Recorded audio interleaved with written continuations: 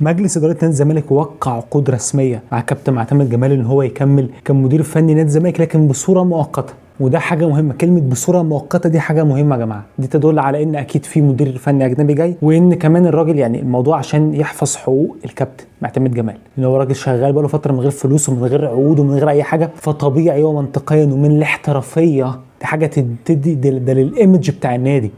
ما فيش مدير فني يبقى موجود حتى لو بصوره مؤقته من غير عقود، لازم راجل موجود وكسب اكتر من مباراه واحتمال يكمل لغايه يناير، فكل الكلام ده كله اكيد لازم يخلي الاداره تعمل له عقد لايا كان بقى هم هيعملوا ايه. في ناس على فكره في ناس في المجلس عايزين مدير فني مصري وعايزينه يكمل للاخر، انا بقول لك، وفي لعيبه كتير في النادي في الفرقه عايزه كابتن معتمد يكمل. لكن انا وجهه نظر يا جماعه، بصوا يا جماعه، اولا كل الدعم لكابتن معتمد جمال في اي مباراه هو هيبقى مدير فني فيها، طبعا كل الدعم ليه، وانا هنا ما انتقدتوش ولا مره يعني خالص، انا عارف الحلقه ماشيه ازاي، بالعكس احنا بنكسب كمان معه وبنعمل اداء كويس. لكن القصه مش في كابتن معتمد جمال ولا حتى في تيم تحليل الاداء، عشان بس برضو ما نقولش كلام اوفر. احنا كان معانا فيريرا اللي هو افضل مدرب من افضل المدربين اللي جم مصر ومن افضل المدربين اللي مسكوا الزمالك على مر التاريخ، من الافضل يعني، وفي ناس شافها الافضل طبعا. لكن مع الفرقه دي في بدايه الموسم لم يقدم شيء، صح يا جماعه ولا احنا نسينا؟ وفيريرا بيلعب بواقعيه بس نسيت. فيريرا من المدربين اللي بيلعب بواقعيه واللي بيعرف يطور اللعيبه، وكوتش بيعرف يدير الماتش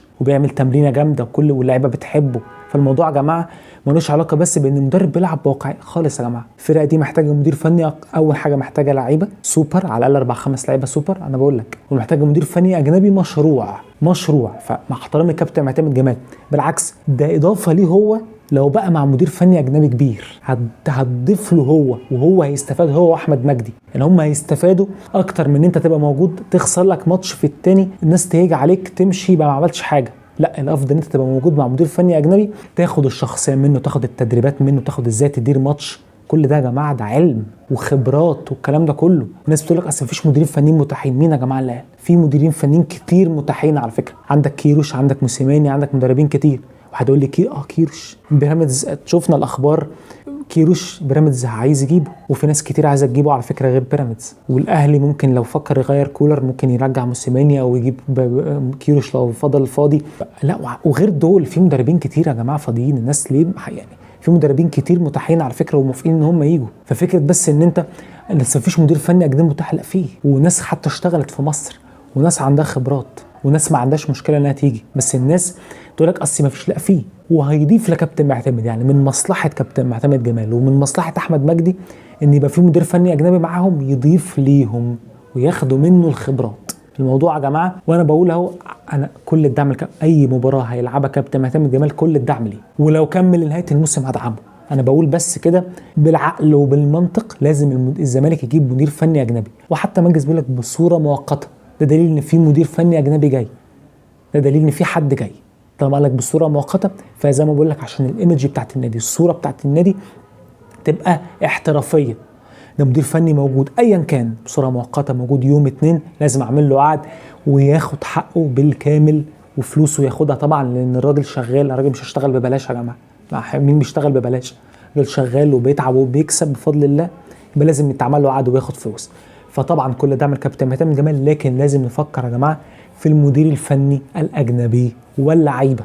يعني انت بص، لو انت ما فكتش القيد فملناش لازمه بقى، خلاص خلي الكابتن معتمد يكمل وخلاص. لكن لو فكيت القيد وناوي تجيب 2-3 لعيبه، لا يبقى ساعتها لازم تجيب مدير فني اجنبي. انت عندك توقف بتاع افريقيا ومصر طبعا مع فيتوريا والكلام ده كله، اكيد مصر ناويه ان هي تاخد البطوله او تنافس للنهائي.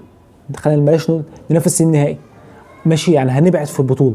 فانت قدامك فتره كبيره تحضر فيها فرقه، تحضر بكوتش كبير معاه تيم تحليل اداء واجانب ومعاه ناس كتيره تبقى موجوده معاه. لكن فكره بس اصل هو موجود، لا، مش هتقدر ان انت تطور لعيبه وتقدر ان انت تعمل تيم وتعمل مشروع بمدرب مصري في الوقت الحالي. انا شايف لا. لكن لو انت ناوي ما تجيبش لعيبه، وده طبعا القرار خاطئ. وعلى فكره قفل القيد على الفرقه الاولى بيقفل الشباب يا جماعه. يعني انت لو شفت لعيب عنده 15 سنه 16 سنه 17 سنه عايز تجيبه، مش هينفع تجيبه. لو فلتت لو هيجي ببلاش مش هينفع خلاص، لان انت قفل القيد يا جماعه بيكمل على الناشئين برضه، ده لو الناس ما تعرفش. فانت لازم تفتح القيد وتجيب لعيبه كويسه وتجيب مدير فني اجنبي ما عملتش كل الكلام ده اللي هو غلط، لو ما عملتوش يبقى خلي كابتن معتمد جمال يكمل. لكن لازم يا جماعه، وعلى فكره عمر كمال عايز يجي، سيبك من يقول لك اصل هو على فكره بالمنظر ده يروح الاهلي اللي احنا لسه ما فتحناش القيد. هو مش لاعب، هو لاعب يعني الاهلي والزمالك عايزينه، عشان بس نبقى على الابيض. هو اكيد في الاهلي هياخد اكتر وهيبقى استقراره والكلام ده كله، لكن والاعلام معاه وكل ده وفلوس. لكن الزمالك اللي انا اعرفه ان هو كلم ناس في الزمالك لكن المشكله في القيد موتره لعيبه ياما. انت بتكلم لعيبه ياما ولاعيبه متوتره، اللي هو طب هتفتح القيد؟ اصل كل شويه يطلع واحد يقول لك في مجلس اداره لا مش هنفتح، لا هنفتح. طب يا جماعه يعني انا شايف انتوا وكل الناس اللي من جوه يعني الخبايا يقول لك هيفتحوا القيد. طب ما تقولوا يا جماعه انتوا هتفتحوا القيد، حتى نوع من انواع ان انت تطمن اللعيبه اللي انت هتجيبها.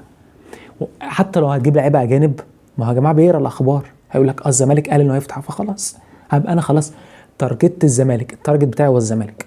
لكن يا جماعه فكره الغموض في الموضوع ده وحش، بس نبقى على الابيض. لا لازم انت الناس عارفه ان انت هتفتح القيد، يبقى لازم تعلن ان انت هتفتح القيد يا جماعه قولا واحدا. ولازم اداره الزمالك تفتح القيد طبعا، وتجيب لعيبه سوبر، على الاقل 2 لعيبه حتى كويسين او 3 لعيبه، وتجيب مدير فني اجنبي يعمل لك مشروع، ويبقى كابتن معتمد معاه يستفيد من خبراته ويضيف برضه لان اللعيبه بتحبه.